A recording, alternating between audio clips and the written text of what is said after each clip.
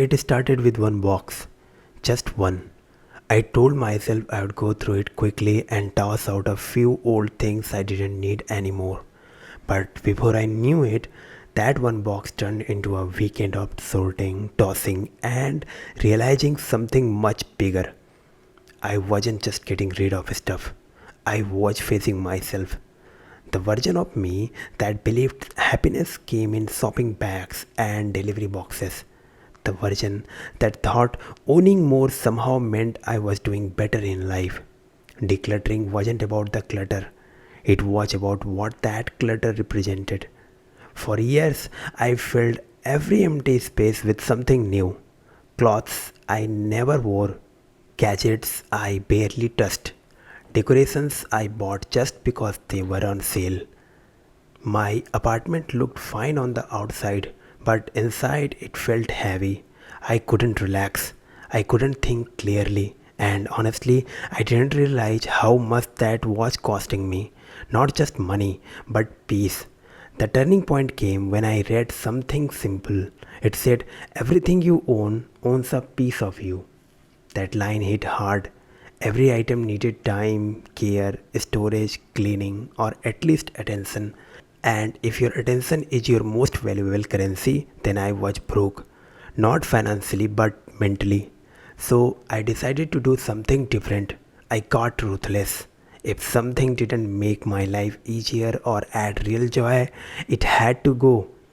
At first, it was painful. I found things I bought when I was trying to feel successful. Designer shoes I never wore, tech stuffs still sealed in the box. All these things that once gave me a rush now felt empty. It made me realize how many of my purchases were emotional decisions. I bought things to feel something: validation, excitement, comfort.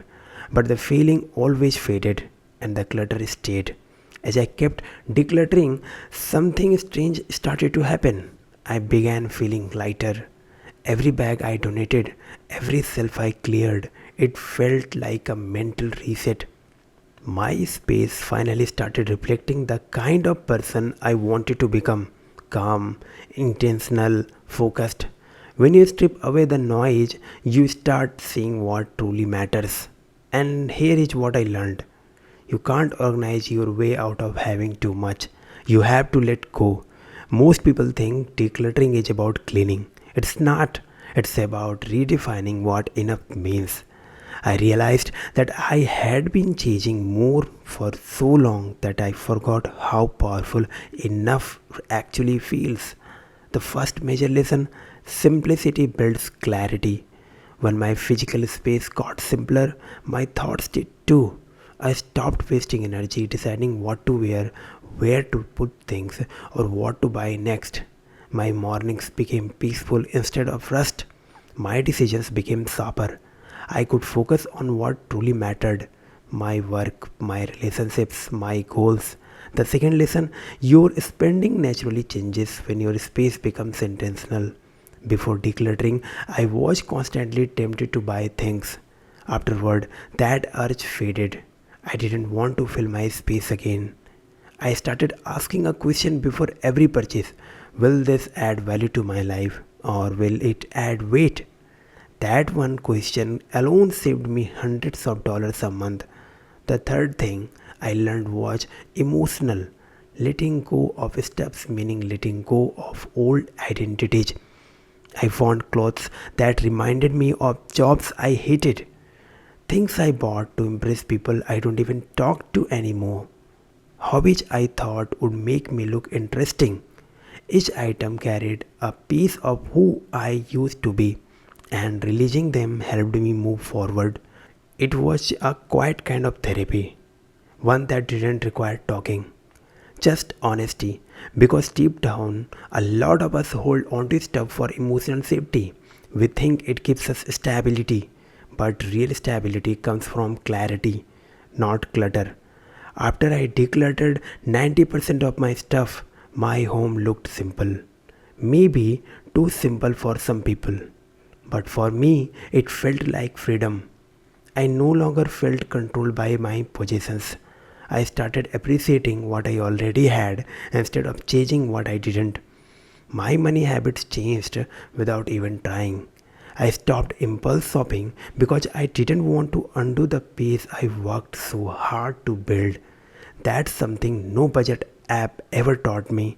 Sometimes saving money isn't about earning more or tracking every penny, it's about needing less. Another thing I noticed was how differently people treated me when they came over.